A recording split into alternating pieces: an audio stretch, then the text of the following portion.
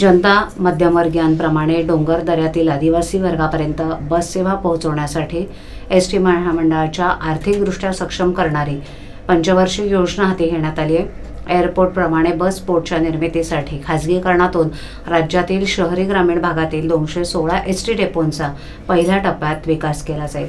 1 एप्रिलपासून स्वच्छतेसाठी ठेकेदार कंपनीची नियुक्ती, वर्षभरात 8,000 नवीन स्मार्ट बसेसची खरेदी, सोलार विजेच्या निर्मितीतून 1,000 कोटींचं नवीन उत्पन्न, आराणी छावा नावाचा खास ॲप विकसित करत एस टी महामंडळाचा चेहरा मोहरा बदलण्याचं काम हाती घेण्यात आलंय, अशी माहिती एस टी महामंडळाचे अध्यक्ष तथा परिवहन मंत्री प्रताप सरनाईक यांनी दिली. एस टी हे फायद्याचं महामंडळ आहे असं नव्हे, तर राज्यातील गोरगरीब आणि मध्यमवर्गीय जनतेला सेवा देण्याचं साधन म्हणून एस टीकडे बघितलं पाहिजे. राज्याची आर्थिक स्थिती जरी योग्य नसली तरी एस टीला आर्थिक पाठबळ देणं हे राज्याचं कर्तव्य. शासनानं ती त्यांची भूमिका पार पाडायलाच हवी. त्या माध्यमातून एस टी महामंडळाचा अध्यक्ष तसंच परिवहन मंत्री या नात्यानं मुख्यमंत्री देवेंद्र फडणवीस, उपमुख्यमंत्री एकनाथ शिंदे, अजित पवार यांच्याशी माझा योग्य प्रकारे संवाद आहे.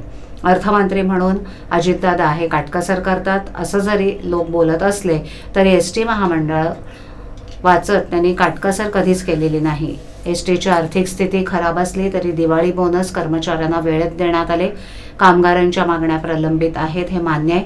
त्यांची 50% देणी देण्यात आली असून महामंडळाची आर्थिक परिस्थिती सुधारेल तशी थकीत देणी टप्प्याटप्प्यानं दिली जातील असा विश्वास सरनाईक यांनी व्यक्त केला. दरवर्षी 5-6 प्रमाणे पुढील 5 वर्षात 25,000 नवीन बसेस खरेदी करत आहोत. तथापि जुन्या झालेल्या बसेस स्क्रॅपमध्ये टाकण्याचं काम सुरू होईल. एस टीकडे 18,000 बसेस कार्यरत आहेत. त्यात 10 वर्षावरील बसेसचा भरणा अधिक आहे.